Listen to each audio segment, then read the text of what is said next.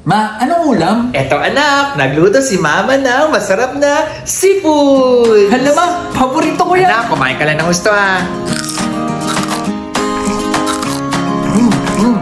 Ang kate! Anak, ma, ang kate! Naku, mukhang na-allergy ka, anak. Saglit lang kukuha ko ng gamot.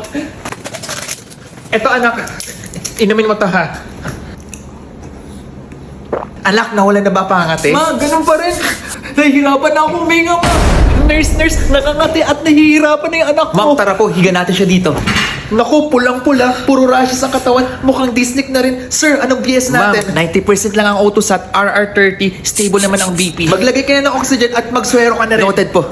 Ma'am, ano pong nangyari sa kanya? Nurse, kumain lang siya ng alimasag at hipon, bigla na lang siyang nangati, namantal at nahihirapang huminga. Mukhang allergic reaction to. Meron na po ba kayo napainom na gamot sa kanya? Oo, nurse, binigyan ko siya ng gamot para sa allergy.